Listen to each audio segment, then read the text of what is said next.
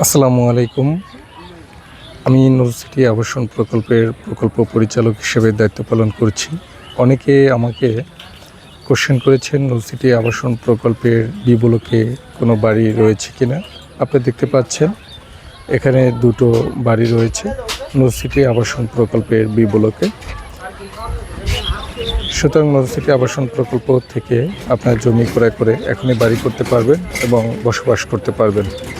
অনেকেই জানতে চান নূর সিটি আবাসন প্রকল্পে যাতায়াতের সুবিধায় রিক্সা বা গাড়ি পাওয়া যায় কিনা।